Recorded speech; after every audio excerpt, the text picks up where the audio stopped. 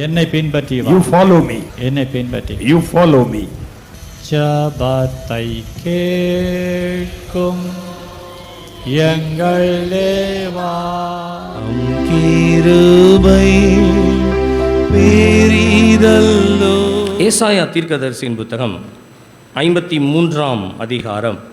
இந்த 53ஆம் அதிகாரத்தினுடைய 10வது வசனத்தை நான் உங்களுக்காக வாசிக்கின்றேன்.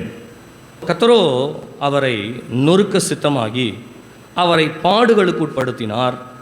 அவருடைய ஆத்துமா தன்னை குற்ற நிவாரண பலியாய் ஒப்பு கொடுக்கும்போது அவர் தமது சந்ததியை கண்டு நீடித்த நாளாய் இருப்பார். கர்த்தருக்கு சித்தமானது அவர் கையினாலே வாய்க்கும். நாம் ஜெபிப்போம். பரிசுத்தமுள்ள நல்ல பிதாவே, உமக்கு ஸ்தோத்திரம். இந்த நாளுக்காய் உமக்கு நன்றி செலுத்துகிறோம். இந்த நாளிலும் தேவரீர் இந்த வேத வசனத்தினுடைய பகுதியிலிருந்து இன்றைக்கு நாங்கள் இந்த பெரிய வெள்ளிக்கிழமையிலே ஆண்டவர் தம்முடைய ஜீவனை எங்களுக்காய் கொடுத்த நாளை நாங்கள் நினைத்து அந்த நாளை நாங்கள் எப்படி ஆசரித்து அதிலே நாங்கள் ஒரு அனுபவத்தை பெற்றுக்கொள்ள வேண்டும் என்கின்ற ஒரு வழியை வேத வசனத்திலிருந்து கற்றுத்தருவீராக. ஆண்டவரே, இந்த உலகத்திலே நீரல்லாமல் எங்களுக்கு வேறு யாரும் அல்லப்பா. நீர் எங்களுக்கு என்ன செய்கிறீர் என்பதை ஒவ்வொரு வாரமும் ஒவ்வொரு நாளும் நாங்கள் தியானிக்கிறோம், சிந்திக்கிறோம். நீர் என்ன செய்கிறீர் என்கின்ற ஒரு சிந்தையோடு கூட இன்றைக்கு நீர் எங்களுக்காக என்ன செய்தீர் என்பதை நாங்கள் தியானிக்கத்தக்கதாய் எங்களுடைய மனதை புதிதாக்குவீராக. நாங்கள் இந்த வேத வசனத்தினாலே எங்கள் கண்கள் திறக்கப்படத்தக்கதாய் கர்த்தர் எங்களுக்கு கிருபை செய்யும். எங்களை நடத்தும் இயேசுவின் நாமத்தில் பிதாவே, ஆமென், ஆமென். கர்த்தருடைய நாமம் மகிமைப்படுவதாக. நீங்கள் வேதத்தை வாசிக்கும் பொழுது பழைய ஏற்பாடு முழுவதுமாய் நீங்கள் எடுப்பீர்களானால் ஏறக்குறைய 39 புத்தகங்களும் 929 அதிகாரங்களும் இதில் உண்டு. நீங்கள் வசனங்கள் மாத்திரம் நீங்கள் எடுப்பீர்களானால் ஏறக்குறைய 23,145 வசனங்கள் இந்த பழைய ஏற்பாட்டு புத்தகத்திலே நமக்கு இருக்கிறது. நான் அதை நிதானித்து பார்க்கிறேன். 23,147 வசனங்களும் எதற்காக நமக்கு கொடுக்கப்பட்டிருக்கிறது என்று சொன்னால், புதிய ஏற்பாடை ஏற்படுத்த போகிற நம்முடைய ஆண்டவர் எந்த முறையிலே இந்த உலகத்திற்கு வந்தார், எதை நிறைவேற்றுவதற்கு வந்தார், எதை நிறைவேற்றினார் என்கின்ற எல்லா விதமான தீர்க்க தரிசனங்களும் இந்த பழைய ஏற்பாட்டு புத்தகத்திலே இருக்கிறது. பழைய ஏற்பாட்டு காலம் முழுவதும் நீங்கள் வாசிப்பீர்களானால் பழைய ஏற்பாடு முழுவதுமாகவே நமக்கு எதற்காய் கொடுக்கப்பட்டிருக்கிறது என்று சொன்னால், இயேசுவை அடையாளம் காணும்படியாக தான் கொடுக்கப்பட்டிருக்கிறது. இயேசுவை அறியும்படியாக தான் கொடுக்கப்பட்டிருக்கிறது. நம்முடைய தேவன் இந்த வானத்தையும் பூமியும் உண்டாக்கின சர்வ வல்லமை உள்ள ஒரு தேவன். இந்த பூமிக்கு அவர் இறங்கி வரும்பொழுது எந்த காரியத்தை அவர் செய்யும்படியாய் வந்தார் என்பதை அறிந்து கொள்வதற்கு ஒரு முகவுரையாய் தான் நமக்கு பழைய ஏற்பாட்டு புத்தகம் கொடுக்கப்பட்டிருக்கிறது. நீங்கள் வேத புத்தகத்திலே நீங்கள் வாசிப்பீர்கள் என்று சொன்னால் கர்த்தருடைய நாமம் மகிமைப்படுவதாக. இயேசு கிறிஸ்துவினுடைய பிறப்பிலிருந்து அவர் எங்கே பிறக்கப் போகிறார் என்கின்ற இடத்திலிருந்து அவர் எந்த வம்சத்திலே பிறப்பார் என்கின்ற வம்சத்தையும், அவர் எந்த இடத்திலே தன்னுடைய ஊழியத்தை நிறைவேற்றுவார் என்கின்ற ஊழியத்தையும், அவர் கழுதையாய் பவனியாய் வருவதையும், 30 வெள்ளிக்காசுக்கு ஒப்பு கொடுக்கப்படுவார், காட்டி கொடுக்கப்படுவார் என்றும், ஒரு சாதாரண மனுஷனை போல அவர் பாடுபடுவார் என்றும், சிலுவையிலே அறையப்படுதலிலிருந்து உயிர்த்தெழுதலிலிருந்து அவர் உயிர்த்தெழுந்த பின்பு இந்த பூமியிலிருந்து எடுத்துக்கொள்ளப்படுகிற வரையிலும் பழைய ஏற்பாட்டு காலத்திலே எல்லா வசனங்களும் இருக்கிறது.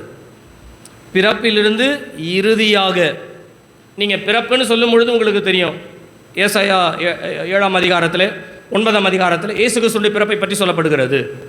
நீங்கள் பரம் ஏறுதலை பற்றி நீங்கள் வாசிக்க வேண்டுமானால் நீங்கள் 68ஆம் சங்கீதம் 18வது வசனத்தை வாசிப்பீர்களானால், 68ஆம் சங்கீதம் 18வது வசனத்தை நீங்கள் வாசிப்பீர்களானால் வாசிங்க. தேவரீர் உன்னதத்திற்கு ஏறி சிறைப்பட்டவர்களை சிறையாக்கி கொண்டு போனீர்.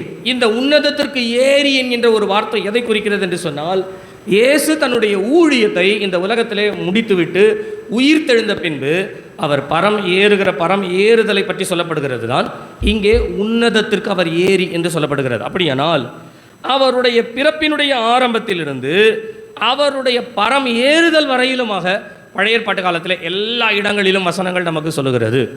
அப்படியானால் இந்த பழைய ஏற்பாட்டு காலத்தில் இயேசு கிறிஸ்துவனுடைய பாடுகளை பற்றி தனிமையாய் ஒரு அதிகாரம் சொல்லப்படுகிறது என்று சொன்னால் இந்த 53ஆம் அதிகாரம், ஏசாயா தீர்க்கதரிசியின் புத்தகத்தில் 53ஆம் அதிகாரம் இயேசு கிறிஸ்துவினுடைய பாடுகளினுடைய ஒவ்வொரு பகுதியையும் நமக்கு சொல்லுகிறது. நான் நேற்றைய தினத்தில் ஒரு புத்தகத்தை வாசிக்கும் பொழுது, ஒரு கண்கார்டன்ஸில் வாசிக்கும் பொழுது, இந்த 53ஆம் அதிகாரத்தில் ஏறக்குறைய 62 விதமான பாடுகளை இயேசு கிறிஸ்து படுகிறார் என்கின்ற 62 விதமான பாடுகளை பற்றி இதில் எழுதப்பட்டிருக்கிறதாம். அந்த அளவிற்கு அவருடைய பாடுகளை வர்ணித்து அவருடைய பாடுகளை விவரித்து சொல்லுகின்ற ஒரு அதிகாரமாய் இதில் வருகிறது. இதில் ஆண்டவர் எனக்கு ஒரே ஒரு வார்த்தையை மாத்திரம்தான் இன்றைக்கு நாம் சற்று ஆராய்ந்து பார்த்து நாம் ஜெபிக்கும்படியாய் கர்த்தர் எனக்கு கொடுத்தார். நீங்கள் இந்த 10வது வசனத்திலே நீங்கள் வாசிப்பீர்களானால், கர்த்தரோ அவரை நொறுக்க சித்தமாகி என்ற ஒரு வார்த்தை, நொறுக்க என்ற ஒரு வார்த்தை வருகிறது. இந்த நொறுக்க என்ற ஒரு வார்த்தையை நான் ஆங்கில வேதாகமத்திலே வாசிக்கும் பொழுது 2 விதமான பதம் அதிலே உபயோகப்படுத்தப்படுகிறது. மூல பாஷையிலிருந்து 2 விதமான பதங்கள் உபயோகப்படுத்தப்படுகிறது. ஒன்று கிரஷ் என்ற ஒரு வார்த்தை. கிரஷ் என்று சொன்னால் நசுக்கப்படுதல் அல்லது பிழியப்படுதல்.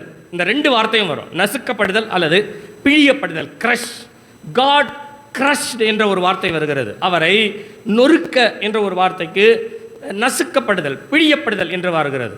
நீங்கள் கிங் ஜேம்ஸ் வெர்ஷனில் வாசிப்பீர்களானால், கிங் ஜேம்ஸ் வெர்ஷனில் நீங்கள் வாசிக்கும் பொழுது ப்ரூஸ்ட் என்ற ஒரு வார்த்தை வருகிறது. BRUISED, ப்ரூஸ்ட் என்ற ஒரு வார்த்தை. ப்ரூஸ்ட் என்று சொன்னால் அதற்கு அடைமொழியாய் ஆங்கிலத்தில் 2-3 வார்த்தைகள், ஷட்டர்டு, கிரம்பிள்டு, அப்ரஸ்ட், டெஸ்ட்ராய்டு என்ற வார்த்தைகள் அதற்கு அடைமொழியாய் கொடுக்கப்படுகிறது. தமிழிலே சொல்ல வேண்டுமானால் நசுக்கப்படுதல், உடைக்கப்படுதல், மனம் வருத்தமாக்கப்படுதல். மனம் வருத்தமாக்கப்படுதல், அதாவது மனம் நொறுங்கணும், மன உடையணும்னு சொல்லி உடைக்கப்படுதல் என்று அதிலே சொல்லப்படுகிறது. அதில் ஒரு வார்த்தை தான் நொறுங்குதல் என்ற ஒரு வார்த்தை வருகிறது. நொறுங்குதல். நான் இந்த நொறுங்குதல் என்ற ஒரு வார்த்தையோடு கூட இங்கிலீஷ் பைபிளை நான் வாசிக்கும் பொழுது, the Lord will crush him, cause him to suffer. அவர் இயேசு கிறிஸ்துவை பிழிந்து அல்லது நசுக்கி அல்லது நொறுக்கி பாடுபட வேண்டும் என்று ஒப்பு கொடுத்தாருன்னு இருக்கு. காட்ஸ் வில், சித்தம்னு இருக்கு. இன்னொரு இடத்துல சித்தம்னு வரல, பிளஷர் என்று வருகிறது. பிளஷர். தேவன் இயேசு கிறிஸ்துவை நொறுக்கவும் நசுக்கவும் விருப்பமுள்ளவராய் மாறினார் என்ற வார்த்தை வருகிறது. நான் இதை உங்களுக்கு புரியும்படியாய் சொல்கிறேன். திருத்துவத்தை நாம் சில நேரங்களிலே குழப்பிக்கொள்ளாதபடிக்கு, நான் இயேசு என்று சொன்னாலும், தேவன் என்று சொன்னாலும், பரிசுத்தாவி என்று சொன்னாலும் மூவரும் ஒருவர் தான் என்பதை நீங்கள் விளங்கிக் கொள்ள வேண்டும். நான் அடிக்கடியாக இதை சொல்லுகிறேன், திரும்ப நான் உங்களுக்கு ஞாபகப்படுத்துகிறேன். நம்முடைய தேவன் 3 விதங்களிலே செயல்படுகிறார் என்பதிலே எந்த சந்தேகமும் இல்லை.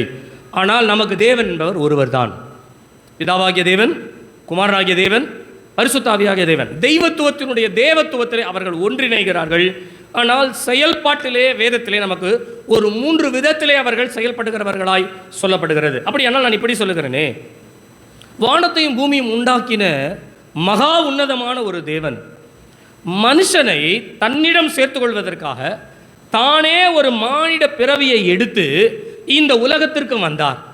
உலகத்திற்கு வந்தவர் எந்த நோக்கத்தோடு வந்தார் என்றால், இப்படி சொல்லுகிறேன், ஒரு சித்தத்தோடு வந்தார், ஒரு விருப்பத்தோடு வந்தார். விருப்பத்தோடு சித்தத்தோடு வந்தார் என்று சொன்னால் என்ன விருப்பம், என்ன சித்தம் என்று கேட்டீர்களானால், அவர் தம்மை தாமே நொறுக்கி கொள்ளும்படியாய் ஒப்பு கொடுத்தாராம். நொறுக்கி கொள்ளும்படியாய் தன்னை ஒப்பு கொடுத்தாராம். கர்த்தருடைய நாமம் மகிமைப்படுவதாக. இந்த பெரிய வெள்ளிக்கிழமையினுடைய ஆராதனைக்கு வந்திருக்கிற எனக்கு அருமையான கர்த்தருடைய பிள்ளைகளே, உங்களுக்கு கிறிஸ்தவ ஜீவியத்தினுடைய 2 பகுதிகளை நான் உங்களுக்கு சொல்கிறேன். ஒன்று, நீங்கள் குட் ஃப்ரைடே, ஈஸ்டர் அல்லது கிறிஸ்மஸ், நியூ இயர் என்பதை அனுசரிக்கிற கிறிஸ்தவர்களாய் அல்லது ஆராதிக்கிற கிறிஸ்தவர்களாய் அல்லது அதை ஆடம்பரமாய் கொண்டாடுகிற கிறிஸ்தவர்களாய் இருப்பது ஒரு பகுதி. இன்னொரு பகுதி இருக்கிறது. இன்னொரு பகுதி என்னவென்று சொன்னால், அனுபவ கிறிஸ்தவர்களாய் வாழ வேண்டும். இவைகள் எல்லாம் நம்முடைய வாழ்க்கையிலே அனுசரிப்பதற்காக கொடுக்கப்படுவதல்ல. நான் குட் ஃப்ரைடே என்று சொல்லும் பொழுது இந்த குட் ஃப்ரைடேக்கு நிறைய வார்த்தையை சொல்லுவார்கள். ஒருவர் மரணிக்கிறார் என்று சொன்னால் அந்த மரணத்திற்கு 2-3 வார்த்தை சொல்லுவார்கள். மார்னிங் அப்சர்வேஷன் என்று சொல்லுவார்கள், துக்க அனுசரிப்பு, அதே போல் மரணத்திற்கு இன்னொன்று சொல்லுவாங்க, டீப் கண்டோலன்ஸ், ஆழ்ந்த அனுதாபம். நான் உங்களை கேட்கிறேன், இன்றைக்கு துக்கம் அனுசரிக்க வந்திருக்கிறீர்களா, அல்லது ஆழ்ந்த அனுதாபத்தை கர்த்தருக்கு தெரியப்படுத்தும்படியாக வந்திருக்கிறீர்களா, அல்லது ஆண்டவர் நமக்காய் பட்ட பாடுகளை அனுபவமாக்கி கொள்ளுகிற கிறிஸ்தவர்களாய் வந்திருக்கிறீர்களா? நான் சொல்லுகிறேன், we are not called to celebrate or give condolence life. condolence life கிடையாது. It's a confident life of experience. தேவனுக்குள்ளே ஒரு அனுபவத்தை பெற்றுக்கொள்கிற வாழ்க்கை அல்லாமல் ஆழ்தலை தெரிவிப்பதற்காக தேவன் நம்மை அழைக்கவில்லை. இன்றைக்கி நிறைய பேர் they celebrate everything but they cannot have experience about God. ஆண்டவரை பற்றின அனுபவத்தை கொண்டாடவில்லை. ஆனால் இந்த உலகத்திலே தங்களை கிறிஸ்தவர் என்று காண்பித்துக் கொள்ளுகிற அனுகூலத்தின்படியாக கொண்டாடுகிறார்கள். இன்றைக்கு நீங்களும் நானும் வந்திருக்கிறோம். நீங்களும் நானும் எதற்கு வந்திருக்கிறோன்னு சொன்னால், இன்றைக்கி சாயந்தரம் ஒரு அடக்காராதனை இருக்குது. அந்த அடக்காராதனைக்கு வந்து நீங்கள் என்ன பண்ணுவீங்க? நீங்கள் என்ன பண்ணுவீங்க? ஆக்சுவலாக நின்று பார்ப்பீங்க. அவரோட துக்கத்தோடு கூட துக்கத்தில் நீங்கள் அப்படி கலந்து கொள்வீங்க. அந்த துக்கத்தோடு கலந்து கொண்டு தூரத்தில் நின்று அந்த பெட்டியை இறக்கும் போது பார்ப்பீங்க, ஆண்டவரே இந்த சகோதரிக்கு நீர் ஒரு மகிழ்ச்சியும் ஒரு ஆறுதலையும் சர்வீராக அப்படின்னு சொல்லிட்டு நேராக வீட்டுக்கு வந்து ஒரு குளியலை போட்டுட்டு அதோட நம்ம வேலையை பார்ப்போம். இன்னைக்கு இயேசு கிறிஸ்து மரித்த நாள், சரிங்களா? இன்னைக்கு மரித்த இந்த நாளில் வந்திருக்கோம். இந்த நாளில் வந்து நம்ம என்ன செய்ய போகிறோம்? அதே மாதிரி நின்று, ஆண்டவரே உமக்காய் நாங்கள் அழுகிறோம் அப்படின்னு எருசலேம் ஸ்திரீகள் சொல்லும் பொழுது ஆண்டவர் சொன்னாரா, நீங்கள் எனக்காக அழ வேண்டாம், உங்களுக்காகவும். சிலலாம் அப்படிதான் ரிச்சுவல் கிறிஸ்டியன்ஸ் என்று சொல்லுவார்கள். பாரம்பரியத்தின்படியாக இருக்கிற கிறிஸ்தவர்கள். பாரம்பரியத்தின்படியாக இருக்கிற கிறிஸ்தவர்கள் என்ன செய்வார்கள் என்று சொன்னால், சிலுவையை அவர்களும் இயேசு சுமந்ததை போல நானும் சுமக்கிறேன் என்று சொல்லுவார்கள். அதையும் சுமப்பாங்க, அதையும் சுமந்து ஒரு ரவுண்ட் அடிச்சுட்டு வருவாங்க. 2 நாள் பொறுத்துக்குவாங்க. 2 நாள் இன்னையோட சிலுவை சுமக்கிறது முடிஞ்சிடும். நாளைக்கு ஒரு நாள் துக்கம், அடுத்த நாள் சந்தோஷம், அடுத்த நாள் பாருக்கு போயிடும், எல்லாம் முடிஞ்சிச்சு. Ritual Christians. நான் சொல்லுகிறேன், we are not called for a ritual Christians. நீங்களும் நானும் ஏதோ சடங்காச்சாரத்தை அணுகப்படுத்துகிற கிறிஸ்தவர்களைப் போல அல்ல, உண்மையான கிறிஸ்துவை அனுபவிக்கிற கிறிஸ்தவர்களாக இதை நம்மை அழைத்திருக்கிறார். அல்லேலூயா, அல்லேலூயா.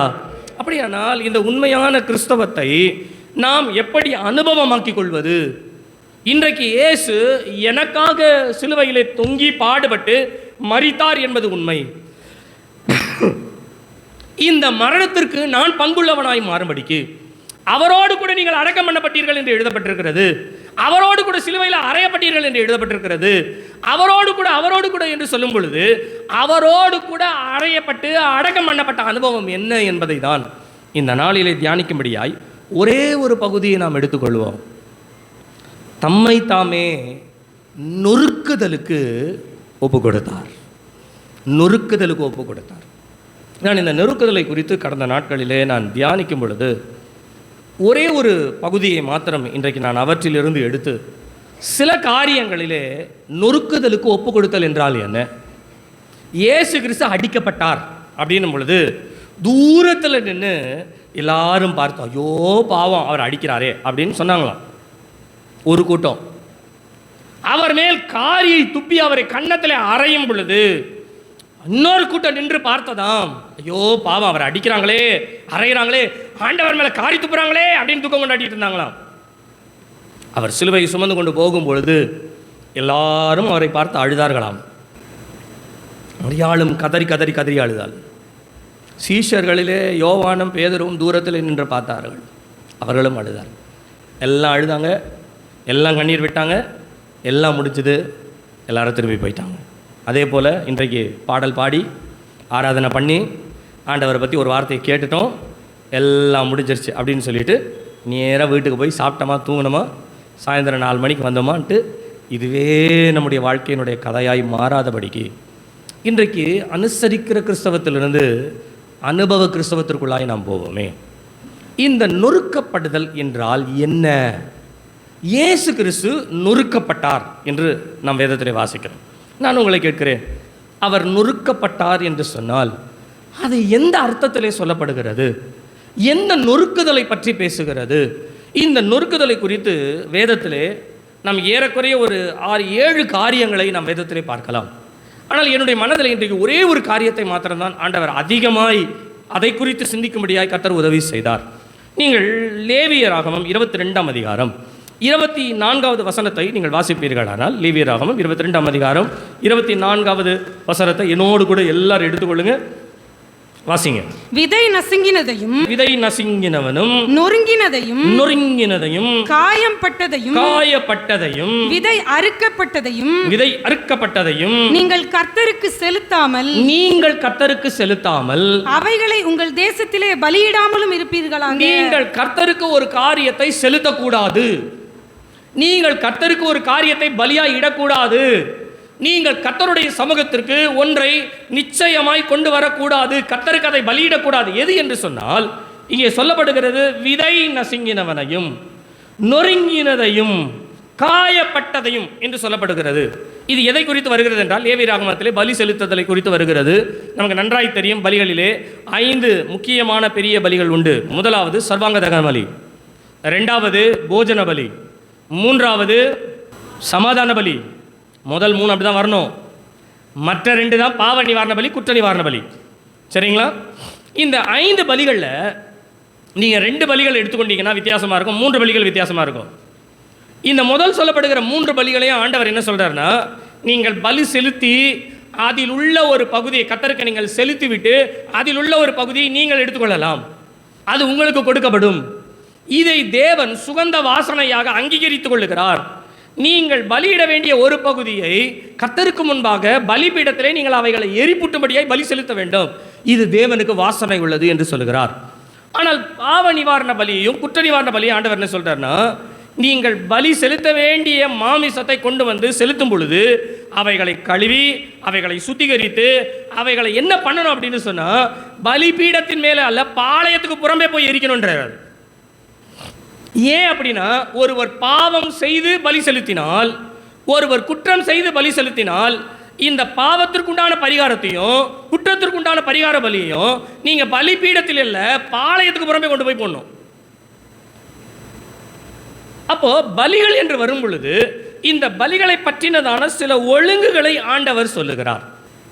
நீங்கள் எவைகளை பலி செலுத்த வேண்டும், எவைகளை பலி செலுத்தக்கூடாது, எது தேவனுக்கு ஏற்றவைகள், எதை தேவன் அங்கீகரிக்க மாட்டார் என்ற திட்டத்தோடு வேதத்தில் சொல்லப்படுகிற ஒரு காரியம் என்னவென்று சொன்னால், நொறுங்கினதை நீங்கள் கர்த்தருக்காய் செலுத்தக்கூடாது, நொறுங்கினதை செலுத்தக்கூடாது. அப்ப நொறுங்கினதை செலுத்தக்கூடாது என்று சொன்னால், நீங்கள் 20வது வசனத்தில் வாசிக்கும் பொழுது பழுதுள்ள ஒன்றையும் கர்த்தருக்கு செலுத்த வேண்டாம் என்று சொல்லப்படுகிறது, அதை தேவன் அங்கீகரிக்க மாட்டார். 24வது வசனத்தில் நொறுக்கப்பட்டதும் பலியிட வேண்டாம் என்று சொல்லப்படுகிறது. we cannot give bruised one, நொறுங்கினதை. நான் உங்களுக்கு உதாரணத்திற்கு நான் சொல்லுகிறேனே, நீங்கள் பஸ்கா பலியிலே ஆண்டவர் ஒரு காரியத்தை முக்கியமாய் சொல்லுகிறார். நீங்கள் அதன் மாம்சத்தை நெருப்பிலை சுட்டு கீரையோடு, கசப்பான கீரையோடு கூட நீங்கள் அதை இந்த ராத்திரியிலே புசிக்க வேண்டும், எதையும் மறுநாள் காலை வரையும் வைத்திருக்கக்கூடாது என்று சொல்லி அந்த பலியிடப்படுகிற ஆட்டை பற்றி சொல்லும்பொழுது ஒரு வார்த்தை முக்கியமாக சொல்வார். என்னென்னா, அதனுடைய எலும்புகள் ஒன்றையும் நீ முறிக்கக்கூடாதுன்றார். ஏன் எலும்பை முறிக்கக்கூடாதுன்றார்? ஏதாகிலும் ஒரு ஆட்டுக்குட்டி அடிக்கப்படும் போது அதனுடைய எலும்பு முறிக்கப்படுமானால் அது தேவ சமூகத்தில் அங்கீகரிக்கப்படாது. நீ அதை முறிக்கக்கூடாது, உடைக்கக்கூடாது, அது சிதறக்கூடாது, அந்த எலும்பின் மேல் சிதைந்த காயங்கள் வரக்கூடாது. மாம்சத்தை தனியாக பிரித்துக்கொள், எலும்பை தனியாக பிரித்துக்கொள், எலும்பை நீ சுட்டெரித்து விடு, மாம்சத்தை சுட்டு நீ சாப்பிடு என்று சொல்லி ஆண்டவர் கட்டளையிடமும் சொல்லுகிறார். எலும்பு ஒன்று முறிக்கப்படக்கூடாது, ஏனென்றால் அது தேவ சமூகத்தில் அங்கீகரிக்கப்படாமல் போய்விடும். அப்படியானால் ஒரு முறிக்கப்படுதல் அல்லது நொறுக்கப்படுதல் என்று வரும் பொழுது இந்த நொறுக்கப்படுதல் தேவ சமூகத்திலே அங்கீகரிக்கப்படாத ஒன்றாய் மாறுகிறது. நல்லா கவனிங்க, நான் விஷயத்திற்கு வருகிறேன். ஆண்டவர் தம்மையே நொறுக்கினவராய் ஒப்பு கொடுக்கும் பொழுது இந்த நொறுக்குதல் எதை காட்டுகிறது என்று சொன்னால், நீங்களும் நானும் எப்படி பாவம் செய்து தேவனுக்கு முன்பாய் அங்கீகரிக்கப்படாதவர்களாய் பாவிகளாய் தள்ளப்படுகிறோமோ, அந்த இடத்துல தேவன் உங்களையும் என்னையும் வந்து மீட்பதற்காக அவர் என்ன செய்கிறார் என்று சொன்னால், தன்னை பாவமாக்கி கொண்டு அவர் நம்முடைய பாவங்களை கழுவுவதற்கு, நம்முடைய ஸ்தானத்திற்கு வருவதற்காக தன்னை நொறுக்குதலுக்கு அவர் ஒப்பு கொடுக்கிறார். நொறுக்குதல் என்று சொன்னாலே நல்லா தெரிந்து கொள்ளுங்க, தேவ சமூகத்தில் அங்கீகரிக்கப்படாமல் போவது. அப்படியானால் நான் இப்படி சொல்லுகிறேனே, தெய்வத்துவம் என்று சொல்லப்படுகிற தெய்வத்துவத்திற்கு ஒரு சட்டம் இருக்குது. என்னென்ன, நொறுக்கப்பட்டதை எதையுமே நான் கிட்ட சேர்க்க மாட்டேன், நான் அங்கீகரிக்க மாட்டேன். ஆனால் அந்த தெய்வத்துவமானது மனிதர்கள் தன்னிடத்தில் சேர வேண்டும் என்பதற்காக அவர் இந்த உலகத்திற்கு வந்து அவரே சட்டத்திற்கு ஏற்றது போல் அதை நிறைவேற்றுவதற்கு, பழைய ஏற்பாட்டு காலத்தை குறித்து நீங்கள் புதிய ஏற்பாட்டு காலத்தை இயேசு கிறிஸ்துவின் வாழ்க்கையில் வாசித்தீங்கன்னா அவர் சொல்லுவார், நான் நியாய பிரமாணத்தை அழிக்க வரவில்லை, அதை நிறைவேற்ற தான் வந்தேன் என்று சொல்லுகிறார்.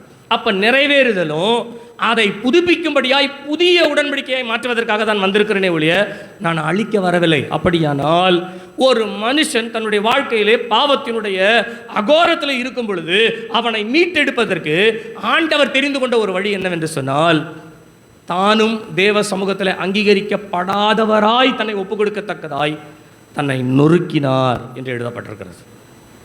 நொறுக்கினார். நீ யோசிச்சு பாருங்க, அவருடைய தெய்வத்துவத்திற்கு ஒரு முறை அவர் சொல்றாரு, நான் இப்பொழுது பிதாவை வேண்டிக் கொண்டால் ஏராளமான லேகியோன்களை அவர் எனக்கு அனுப்புவார். லேகியோன்கள் வந்தால் ஒரு நிமிடத்தில் என் வேலை முடிஞ்சிடும், நீங்கள்லாம் கத்தி எடு, இங்கே ஓடு அங்கே ஓடுலாம் ஓட வேண்டாம். ஆனால் அந்த தெய்வத்துவத்திற்கு நான் உடனடியாய் செல்லாதபடிக்கு உங்களை மீட்டு அந்த தெய்வத்துவத்தில் சேர்க்கும்படியாய் விரும்புகிறேன். ஆகையினாலே அந்த தெய்வத்துவத்தினுடைய சட்டத்தின்படியாய் நான் வாழ விரும்புகிறேன் என்று சொல்லி தேவன் எந்த இடத்தில் தன்னுடைய தெய்வத்துவத்தை காட்டவில்லை. தெய்வத்துவத்திற்கு ஏற்றதை போல சூப்பர் நேச்சுரல் பவர் என்று சொல்வார்களே, சூப்பர் நேச்சுரல் பவரால் ஆண்டவர் செயல்படல. அவர் பிதாவை வேண்டிக் கொண்டார், வேண்டுதலின்படியாய் சகலத்தையும் பிதாவிற்கு செய்தார். அல்லேலூயா, அல்லேலூயா. அப்படியானால் நாம் இதில் விளங்கிக் கொள்ள வேண்டிய ஒரு காரியம் இருக்கிறது. பாவிகளை மீட்பதற்கு இயேசு பாவம் செய்யவில்லை, அவர் தன்னை பாவமாக்கி பிதாவிற்கு முன்பாக ஒரு நொறுக்குதலை பெற்றவராய் காணப்பட்டார். இன் ஷார்ட், ஒரே வார்த்தையிலே சொல்ல போனால், அவர் பிதாவினால் அங்கீகரிக்கப்படுகிற அங்கீகரிப்பை இழக்கும்படியான ஒரு ஸ்தானத்தில் தம்மை தாமே அவர் ஒப்பு கொடுத்தவராய். நீங்கள் இந்த ஏசாயா 53ஆம் அதிகாரத்தை வாசிப்பீர்களானால், அசட்டை பண்ணப்பட்டவரும் புறக்கணிக்கப்பட்டவரும் அடிக்கப்பட்டு வாதிக்கப்பட்டவரும் என்ற வார்த்தை வருகிறது. இது எல்லாம் அவருடைய நொறுக்குதலுடைய அடிப்படையாய் சொல்லப்படுகிறது. கர்த்தருடைய நாமம் மகிமைப்படுவதாக. எனக்கு அருமையான கர்த்தருடைய பிள்ளைகளே, தன்னை நொறுக்குதலுக்கு தேவன் ஒப்பு கொடுத்ததற்கு காரணம் என்னவென்றால், தேவனை விட்டு தூரப்பட்ட நம்மை தேவனோடு சேர்க்கும்படியாய் அவர் தேவனை விட்டு தூரப்படுகின்ற ஒரு சூழ்நிலையிலே தன்னை அர்ப்பணித்து கொடுத்தாராம். ஏலோயி ஏலோயி லாமா சபக்தான் என்று சொல்லப்படுகிற என் தேவனே என் தேவனே ஏன் என்னை கைவிட்டீர் என்று சொன்னார். ஏன் என்னை கைவிட்டீர்? கர்த்தருடைய நாமம் மகிமைப்படுவதாக. ஆண்டவரே, நான் செய்த பாவத்தை எனக்கு மன்னியும், என் மனசார நான் அதை வருந்துறேன், என் மனசார நான் அதை ஏற்றுக்கொள்ளுகிறேன், என் மனசார நான் அதை ஒப்புக்கொள்ளுகிறேன் என்று சொல்லி பாவம் செய்த ஒரு மனுஷன் தன்னுடைய இருதயம் நொறுக்கப்பட்டவனாய் ஒப்பு கொடுத்தால் தேவன் இறங்குகிறவராய் இருக்கிறார் என்ற வேதம் சொல்லுகிறது. ஒரு பாவம் செய்த மனுஷனே தேவ சமூகத்திலே தன்னை ஒப்பு கொடுப்பதை தேவன் அங்கீகரிப்பார் என்று சொன்னால், நல்லா கவனிங்க, நான் விஷயத்திற்குள்ளாய் வருகிறேன். ஒரு பாவியே பாவத்தின் நிமித்தம் தன்னுடைய இருதயத்தை நொறுங்குண்டவனாய் ஒப்பு கொடுப்பான் என்று சொன்னால், பாவம் செய்யாத ஒருவர் தன்னை தேவ சமூகத்திலே நொறுக்கப்பட்டவராய் ஒப்பு கொடுக்கும் பொழுது, பாவம் செய்யாதவருக்கு கிடைத்தது என்ன தெரியுங்களா? பாவம் செய்து ஆண்டவரிடத்திலே நொறுக்கப்பட்டவர்களாய் ஒப்பு கொடுக்கும் பொழுது அவருடைய பாவங்களை ஆண்டவர் மன்னிக்கிறார். ஆனால் பாவம் செய்யாதவர்கள் தேவ சமூகத்திலே தங்களை ஒப்பு கொடுக்கும் பொழுது, நல்லா தெரிஞ்சுக்கங்க, அவருடைய வாழ்க்கையிலே தேவன் பாவத்தை மன்னிப்பதில்ல, அவர்களுக்கு தேவன் ஒரு உயிர்த்தெழுதலை கொடுக்க வல்லவராயிருக்கிறார். அல்லேலூயா, அல்லேலூயா. நான் உதாரணத்திற்கு ஒரு மனுஷனை பற்றி நாம் எடுப்போமே. தானியேலின் புத்தகத்தினுடைய 6ஆம் அதிகாரம் 4வது வசனத்தை நீங்கள் வாசிப்பீர்களானால், தானியேல் புத்தகம் 6ஆம் அதிகாரம் 4வது வசனம் வாசிங்க. அப்பொழுது பிரதானிகளும் தேசாதிபதிகளும் ராஜ்யத்தின் விசாரிப்பிலே தானியேலை குற்றப்படுத்தும்படி முகாந்திரம் தேடினார்கள். ஆனாலும் ஒரு முகாந்தரத்தையும் குற்றத்தையும் கண்டுபிடிக்க அவர்களால் கூடாதிருந்தது.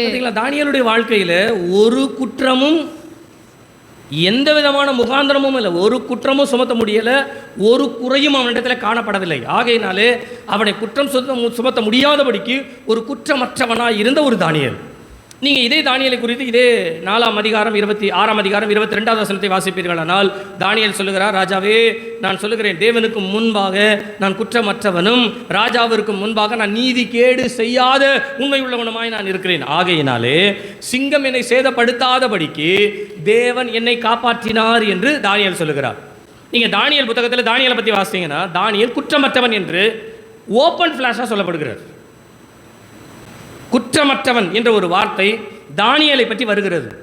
ஆனால் நீங்கள் தானியேலுடைய ஜெபத்தை நீங்கள் வாசிப்பீர்களானால் ஆச்சரியமாக இருக்கும். இந்த தானியேல் குற்றம் இல்லாதவர், குற்றம் செய்யாதவர் தான். ஆனால் குற்றம் செய்யாத ஒரு தானியேல் 9ஆம் அதிகாரத்திலே அவர் ஜெபிக்கும் பொழுது 4வது வசனத்தில் இப்படி ஆரம்பிக்கிறார். என்ன ஆரம்பிக்கிறான்னு சொன்னா வாசிங்க. என் தேவனாகிய கர்த்தரை நோக்கி ஜெபம் பண்ணி பாவ அறிக்கை செய்து போதும். பாவ அறிக்கை செய்து தானியேல் குற்றமற்றவன் இருக்கு. இப்போ குற்றம் செய்யாத ஒரு தானியேல் என்ன பாவம் அறிக்கை இருப்பாரு? நீங்க சொல்லுங்க. பைபிள்லயே இருக்குது அவர் பாவம் செய்யலன்ட்டு. எந்த குற்றமும் இல்லை. குற்றத்துக்கு அடுத்ததான் பாவம். சரிங்களா? தவறு, குற்றம், பாவம் அப்படின்னு வரும். ஒன்று சாதாரணமாக தப்பு செய்துட்டு போகிறது. இந்த தப்பு செய்கிறது நாளைக்கு குற்றமாக மாறிடும். குற்றமாக மாறுறது நாளைக்கு என்னென்னா பாவமாயிரும். நமக்கு ஒன்றும் இல்லாமல் கொள்ளடி ஏதோ திருடுன்னு சொல்லி திருடத்துக்கு போகிறவன் அதெல்லாம் ஒன்றும் இல்லை, அதெல்லாம் ஒன்றும் இல்லைன்னு சொல்லிட்டு கடைசியில் என்ன பண்ணுவான்? திருடத்துக்கு கொலையை பண்ணிடுவான், பாவம் செஞ்சிருவான். அப்படி இருக்கிற ஒரு ஸ்டெப் பை ஸ்டெப்பாக இருக்கிற ஒரு காரியம் அது. அப்போது பாவம் செய்கிறவங்க, குற்றம் செய்கிறவங்கன்னு இருக்குது. தானியேல் குற்றமே செய்யல, அப்படின்னா பாவமே செய்யல. அவர் ஆக்சுவலாக பாவம் செய்யாதபடிக்கு தன்னை காத்துக்கொண்ட ஒரு தேவ மனுஷன் என்று வேதமே அங்கீகாரம் கொடுக்கிறது. ஆனால் அவர் ஜெபம் பண்ணும்போது சொல்கிறாரு, அவர் எல்லாவற்றையும் தேவ சமூகத்தில் என்ன அறிக்கைட்டாராம்? பாவ அறிக்கை. நீங்கள் யோசிச்சு பாருங்களேன், பாவமே செய்யாத ஒருத்தர் பாவ அறிக்கை இடுறார். நல்லா கவனிங்களேன், நல்லா கவனிங்க. கர்த்தர் நாளில் உங்களோட கூட பேசுவாராக. நம்முடைய வாழ்க்கையில் 2 விதமான காரியங்கள் உண்டு. ஒன்று பாவம் செய்து அதை நாம் அறிக்கையிடுவது. மற்றொன்று பாவம் செய்யாமல் பரிசுத்த வாழ்க்கை வாழுகிறவர்களுடைய அறிக்கை. இது 2த்துக்குமே என்ன ரிசல்ட் தெரியுங்களா? பாவம் செய்கிறவன் பாவ அறிக்கையிடும் போது பாவத்திலிருந்து விடுவிக்கப்படுகிறான், பரலோகத்துக்கு போயிடுறான். பாவம் செய்யாது இருக்கிறவன் தேவ சமூகத்திலே தன்னை அறிக்கையிட்டு ஜெபிக்கும் பொழுது இவர் பரலோகத்துக்கு போவது மாத்திரமல்ல, தன்னோடு கூட அநேகரை பரலோகத்துக்கு கொண்டு போகிறார். அல்லேலூயா சொல்லுங்க. பாவம் செய்கிறவன் அறிக்கையிட்டால் பரலோகம் போயிடலாம். ஆனால் பாவம் செய்யாதவன் அறிக்கையிட்டால் அவன் மாத்திரமல்ல, அவனோடு கூட அநேகரை பரலோகத்திற்கு கொண்டு போகின்ற ஒரு பாத்திரமாய் கர்த்தருடைய சமூகத்தில் மாறுகிறான். அல்லேலூயா, அல்லேலூயா. ஓகே, நம்முடைய காரியத்திற்கு வருவோமே. கிறிஸ்தவ ஜீவியத்திலே நான் சொல்லுகிறேன், நீங்களும் நானும் இன்றைக்கு தேவ சமூகத்திற்கு வருகிறோம். எத்தனையோ வருஷங்களாய் நாம் கிறிஸ்தவர்கள் என்று நாம் சொல்லுகின்றோம். நாம் ரட்சிக்கப்பட்டு பல வருஷங்கள் ஆகிறது. குறைந்தபட்சம் 5 வருஷத்திலிருந்து 10 வருஷம், 15 வருஷம், 20 வருஷம் என்று சொல்லி வருஷ காலங்களெல்லாம் கிறிஸ்தவத்துடைய ஜீவியத்திலே வாழுகிறவர்களும் உண்டு. இன்றைக்கு வரையிலும் நம்முடைய வாழ்க்கையில் சொல்லுகிறேனே, நாம் செய்த பாவங்களுக்கு அறிக்கையிட்டு வாழுகிற வாழ்க்கையாகவே தான் மாறுகிறதே ஒழிய மற்றவருடைய பாவங்களை மன்னிக்கத்தக்கதான, மன்னிக்கும்படியான ஒரு வாழ்க்கையினுடைய மேன்மை இன்னும் நமக்குள்ளே வரவில்லை. இயேசு கிறிஸ்து உயிர் தெழுந்தவொடனே சீஷர்களை பார்த்து அவர்கள் மேல் ஊதி பரிசுத்த ஆவியை பெற்றுக்கொள்ளுங்கள்னு சொன்னார். சொல்லிட்டு அவங்களுக்கு என்ன சொன்னார்? நீங்கள் எவர்களுடைய பாவங்களை மன்னிக்கிறீர்களோ அவைகள் அவர்களுக்கு மன்னிக்கப்படும். இந்த வாழ்க்கை எப்போ கிடைக்குது தெரியுங்களா? நீங்கள் பாவமாக செய்துட்டு வரும் பொழுது பேதுரு ஒரு காலத்தில் சொன்னார், ஆண்டவரே பாவியாகிய மனுஷன் நீர் என்னை விட்டு போய்விடுன்னு. அப்படியே ஆண்டவர் காலையில் விழுந்தாச்சு. ஆண்டவர் பாவத்தெல்லாம் மன்னிச்சிட்டார். இப்போ சீஷராக மாற்றிட்டார். சீஷராக மாற்றி அவரோட ஊழியம் செய்தவர்களை ஊழியத்தில் சிறப்படுத்தி பலப்படுத்தி ஒரு ஸ்டாண்டர்டுக்கு ஆண்டவர் கொண்டு வந்து நிறுத்தின பின்பு கடைசியாக அவர் ஊழியத்தை ஆரம்பிக்கும் போது அவங்களுக்கு சொல்கிறாரு, நீங்கள் எவர்களுடைய பாவங்களை மன்னிக்கிறீர்களோ அப்படின்னா நீங்கள் இனிமேல் பாவத்திற்கு விழாதபடிக்கு நீங்கள் பலனாயிட்டீங்க. பலனான உங்களுக்கு நான் சொல்கிறேன், நீங்கள் எவர்களுடைய பாவங்களை மன்னிக்கிறீர்களோ அது அவர்களுக்கு. அப்படின்னா நீங்கள் யோசிச்சு பாருங்களேன், கிறிஸ்தவ வாழ்க்கையில் நம்முடைய பாவங்களை அறிக்கையிட்டு தேவ சமூகத்தில் நம்ம ஜெபிப்பது என்பது நம்முடைய ஜெபத்தினுடைய அடிப்படை. அது வாழ்நாள் முழுவதும் கடைசி வரைக்கும் நம்ம செய்துட்டே இருப்போம், அதில் எந்த தவறும் கிடையாது.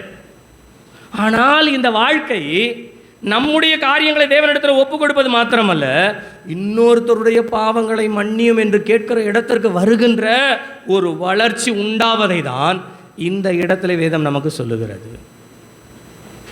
எனக்கு அருமையான கர்த்தருடைய பிள்ளைகளே, நான் சொல்லுகிறேன், நம்முடைய வாழ்க்கையில் நம்முடைய ஜெபங்கள், நமக்குரிய காரியங்கள், நம்முடைய சூழ்நிலைகள்னு சொல்லி இவைகளை ஒப்பு கொடுத்தே வாழ்ந்து கொண்டிருக்கிறோம். ஏன் இன்னும் நம்முடைய வீட்டார் ரட்சிக்கப்படவில்லை? ஏன் இன்னும் நம்முடைய வீட்டார் தேவனை சரியாய் அறிந்து கொள்ளவில்லை? ஏன் இன்னும் நம்மை சுற்றிலும் இருக்கிற ஜனங்கள் தேவனை அறியாமலேயே வாழுகிறார்கள் என்று சொன்னால், நான் சொல்லுகிறேன், உங்கள் பாவத்திற்குரிய மன்னிப்பை நீங்கள் பெறுகிறீர்கள், ஆனால் மற்றவருடைய பாவங்களை மன்னிக்கத்தக்கதான ஒரு அனுபவத்திற்குள்ளே இன்னும் நாம் வரவில்லை. இதை தான் இந்த காலை நேரத்தில் இந்த குட் ஃப்ரைடேவில் ஆண்டவர் நமக்கு கற்றுக் கொடுக்கும்படியாய் விரும்புகிறார். கர்த்தருடைய நாமம் மகிமைப்படுவதாக. நீங்கள் எல்லாரும் தேவ சமூகத்திற்கு இன்றைக்கு வந்திருக்கிறீர்கள். நான் சொல்லுகிறேன், நம்முடைய வாழ்க்கையில் ஒரு நல்ல நாள் என்று சொல்லி நமக்கு இருக்கும் என்று சொன்னால், நம்முடைய பிறந்த நாளை பார்க்கிலும், நம்முடைய திருமண நாளை பார்க்கிலும், நமக்கென்று சொல்லப்படுகிற சந்தோஷமான நாட்கள் என்று சொல்லப்படுகிற எல்லா நாட்களை பார்க்கிலும் நான் சொல்லுகிறேன், நமக்கு ஒரு சந்தோஷமான நாள் எதுனா, நம்முடைய பாவத்தை தேவன் நம்மிலிருந்து எடுத்து நம்மை அவருடைய பிள்ளையாய் மாற்றிக்கொண்டாரு. அந்த பாவம் போக்கின நாள் தான் நமக்கு சந்தோஷமான ஒரு நாள். அல்லேலூயா. நல்ல கரங்களை உயர்த்தி சொல்லுங்கள், நல்ல சந்தோஷமாக சொல்லுங்கள். நீங்கள் ரட்சிக்கப்பட்ட நாளை மறக்கவே கூடாது. நீங்கள் என்னைக்கு ரட்சிக்கப்பட்டீங்க? என்னைக்கு ரட்சிக்கப்பட்டீங்க? அந்த டேட்டை பத்திரமா ஞாபகம் வச்சுக்கோங்க. ஒவ்வொரு வருஷமும் அந்த நாள் வரும் பொழுது தேவ சமூகத்தில் ஒரு உபவாசம் போட்டு ஆண்டவர்கிட்ட ஜெபம் பண்ணுங்க. ஆண்டவரே, இந்த நாளிலே என்னுடைய பாவத்தை நீர் எடுத்ததை போல என் குடும்பத்திலே என்னை சுற்றிலும் இருக்கிற ஜனங்களுடைய பாவங்கள் எல்லாம் எடுக்கப்படத்தக்கதா என்னை பாத்திரமாய் மாற்றுவீராக. அல்லேலூயா, அல்லேலூயா, அல்லேலூயா. நான் சொல்லுகிறேன், நாம் மற்றவர்களுக்காக ஜெபிக்கிறோம், மற்றவருடைய ரட்சிப்பிற்காக ஜெபிக்கிறோம், மற்றவருடைய ரட்சிப்பினுடைய பூரணத்திற்காக நாம் ஜெபிக்கிறோம். ஆனால் அதில் இன்னொரு காரியம் அடங்கியிருக்கு. நீங்கள் ஜெபிக்கிற ஜெபம் மற்றவர்களுக்கு விளங்கும் வேண்டும் என்று சொன்னால், அது நிறைவேற வேண்டும் என்று சொன்னால், உங்களுடைய ரட்சிப்பினுடைய வாழ்க்கையிலே, நீங்கள் தேவ சமூகத்தில் நடக்கிற காரியங்களிலே நீங்கள் சரியாய் இருப்பீர்களானால், நன்றாய் இருக்கிற ஒருவர் தேவ சமூகத்திலே பாவ அறிக்கையிட்டு ஜெபிக்கிறார்கள் என்று சொல்லும் பொழுது, ஒரு பாவியினுடைய மனம் திரும்புதலிலே தேவன் இறங்கி கிரியை செய்வார் என்றால், ஒரு பரிசுத்தவான் தேவ சமூகத்தில் முழங்கால் படியிடும் பொழுது, தானியேலே, நீ எனக்கு மிகவும் பிரியமானவன், நீ ஜெபிப்பதற்கு முன்பாகவே உனக்கு கட்டளை வெளிப்பட்டது. அல்லேலூயா. நல்ல கரங்களை உயர்த்தி சொல்லுங்கள். அல்லேலூயா. நான் செய்திக்குள்ளே போகிறேன். ஒரு 3 காரியங்களை சொல்லி நான் உங்களுக்கு முடிக்கிறேன். தேவன் தன்னை நொறுக்கப்படுதலுக்கு இயேசு கிறிஸ்து ஒப்பு கொடுத்தார். இன்றைக்கு நீங்களும் நானும் நம்மை ஒப்பு கொடுத்தல் எப்படி இருக்க வேண்டும் என்று சொன்னால், பாவம் செய்த ஒரு மனுஷன் தன்னை நொறுக்கி ஒப்பு கொடுப்பதாய் அல்ல, பாவத்திலிருந்து விலகி வாழுகிற பரிசுத்த வாழ்க்கை உடைய ஒருத்தர் தன்னுடைய வாழ்க்கையை நொறுக்கப்பட்டவைகளாய் தேவ சமூகத்தில் ஒப்பு கொடுக்கும் பொழுது, ஒரு பாவிக்கு தேவன் மனம் இறங்குகிறதை பார்க்கிலும், நான் சொல்லுகிறேன், 100% ஒரு பாவிக்கு தேவன் மனம் இறங்குவார் என்று சொன்னால், ஒரு பரிசுத்தம் உள்ளவர் தன்னுடைய இருதயத்தை நொறுக்கப்பட்டவர்களாய் ஒப்பு கொடுக்கும் பொழுது, வேதம் சொல்லுகிறது 100 அல்ல 200% கர்த்தர் கிரியை செய்கிறவராய் இருக்கிறார். கரங்களை தட்டி கர்த்தரை சோதரிப்போமா? எல்லாரும் கரங்களை தட்டி.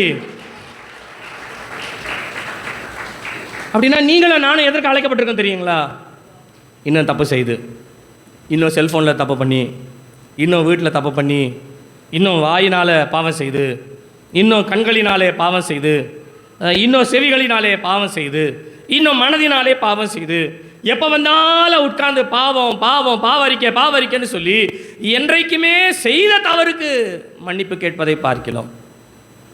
நான் சொல்லுகிறேன், அதிலிருந்து அதை விட்டு அடுத்த படிக்கு செல்ல வேண்டும். என்னவென்றால், நம்முடைய கண்களுக்கு பாவம் செய்கிறவர்களை தேவன் காண்பிக்கும் பொழுது அவர்கள் சார்பில் நின்று ஜெபிக்கத்தக்கதாய், அவர்களுக்காக அந்த பாவத்தை நாம் பாரமாய் எடுத்து நாம் தேவனிடத்திலே நாம் ஜெபிப்போம் என்று சொன்னால், நம்முடைய ஜெபத்தை கேட்கிறவர் மற்றவருடைய பாவங்களை மன்னிக்க வல்லமை உள்ளவராய் இருக்கிறார். அல்லேலூயா, அல்லேலூயா, அல்லேலூயா.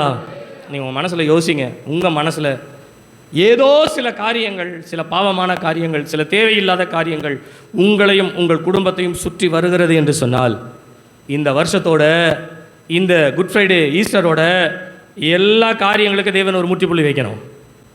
நான் சொல்கிறேன், பாவத்துக்காக இனிமேல் போராடுறதை விட்டுட்டு பரிசுத்த வாழ்க்கையில் இனிமேல் முன்னேறுவதற்குண்டான கிருபையை ஆண்டவர் உங்களுக்கும் எனக்கும் தருவாராக. அல்லேலூயா, அல்லேலூயா.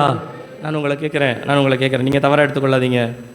ஒருவேளை உங்களிடத்தில் ஏதாகிலும் குறை இருக்குமானால், இதோட ஆண்டவரே, நான் இனிமேல் அந்த பக்கம் போகக்கூடாது, இனிமேல் நான் அப்படி பேசக்கூடாது, இனிமேல் நான் அப்படி செய்யக்கூடாது, இனிமேல் நான் அப்படி பார்க்கக்கூடாது, நீங்கள் இன்றைக்கு ஒரு முடிவு எடுப்பீர்களானால், நான் சொல்லுகிறேன், நாளைய தினத்தில் உங்களுடைய வீட்டிலே கர்த்தர் ஒரு அற்புதத்தை செய்ய வல்லவராக இருக்கிறார். அல்லேலூயா, அல்லேலூயா, அல்லேலூயா.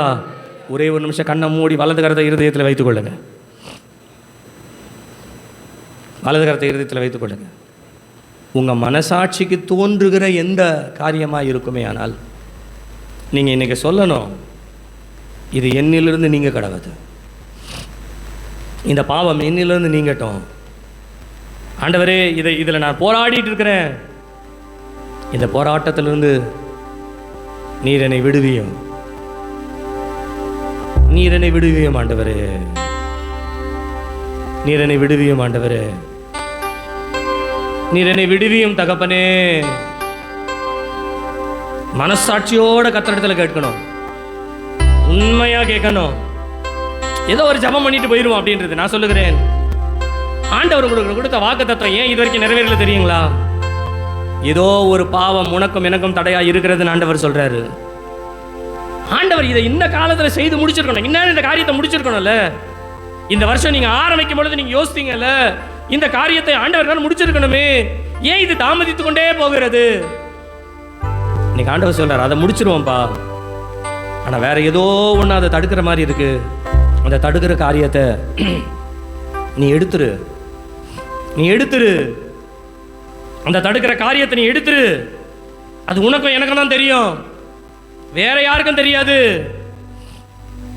நீ அடிக்கடி பலவீனப்படுற, நீ அடிக்கடி விழுந்துடுற, நீ அடிக்கடி இதே காரியத்தில் நீ விழுந்து விழுந்து எழுந்து ஆண்டவரே நான் சரியாயிருவேன், ஆண்டவரே நான் சரியாயிருவேன்னு சொல்லி இப்படியே நீ உன்னை ஏமாத்திக் கொள்ற.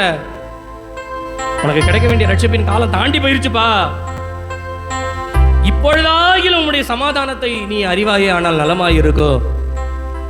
ஆனால் அது உன் கண்களுக்கு மறைக்கப்படுமே ஆனால், அது உன் கண்களுக்கு மறைக்கப்படுமே ஆனால், இன்றைக்கு நீ அதை விடாதபடிக்கு அது உன்னை தொடருமே ஆனால், ஒரு நாள் சத்துரு உன்னை சுற்றிலும் பாளையம் இறங்கி உன் மேல் ஒரு கல் இராதபடிக்கு, கல்லின் மேல் கல் இராதபடிக்கு உன்னை ஒன்றுமே இல்லாமல் அவன் நொறுக்கி போடுவதற்கு முன்பாக இன்றைக்கு உன்னுடைய இருதயத்திலே நீ உன்னை நொறுக்கு, உன் இருதயத்திலே நீ நொறுக்கு, இருதயத்திலே நீ நொறுக்கு. தேவ சமூகத்தில் உண்மையாய் சொல்ல முடியுமா? தேவ சமூகத்தில் உண்மையாய் சொல்ல முடியுமா? என்னுடைய பலவீனங்களை எல்லாம் மாற்ற ஆண்டவரே, என்னுடைய பலவீனங்களை எல்லாம் நீர் மாற்றுவீரா, என்னுடைய பலவீனங்களை எல்லாம் மாற்றுவீராக. ஹல்லேலூயா. ஓரா கபாலாதி நமம் சந்தராதி. ஹல்லேலூயா, ஹல்லேலூயா. உகந்த காணிக்கையா ஒப்பு கொடுத்தே ஐயா, உகந்த காணிக்கையா ஒப்பு கொடுத்தேனையா, சுகந்த வாசனையா நுகர்ந்து மகிழுமையா, சுகந்த வாசனையா நுகர்ந்து மகிழுமையா. வேண்டாத பலவீனங்கள் ஆண்டவா முன்வைக்கிறே, வேண்டாத பலவீனங்கள் ஆண்டவா முன்வைக்கிறே, மீண்டும் தலை தூக்காமல் மாண்டு மடியட்டுமே, மீண்டும் தலை தூக்காமல் மாண்டு மடியட்டுமே, உகந்த காணிக்கையா ஒப்பு கொடுத்தே ஐயா, உகந்த காணிக்கையா ஒப்பு கொடு ஐயா சுகந்த வாசனையா நுகர்ந்து மகிழுமையா சுகந்த வாசனையா நுகர்ந்து மகிழுமையா கண்கள் தூய்மையாக்கும் கர்த்தாவும்மை பார்க்கணும் கண்கள் தூய்மையாக்கும் கர்த்தாவும்மை பார்க்கணும் காதுகள் திறந்தருளும் கர்த்தரும் குரல் கேட்கணும் காதுகள் திறந்தருளும் கர்த்தரும் குரல் கேட்கணும் சுகந்த காணிக்கையா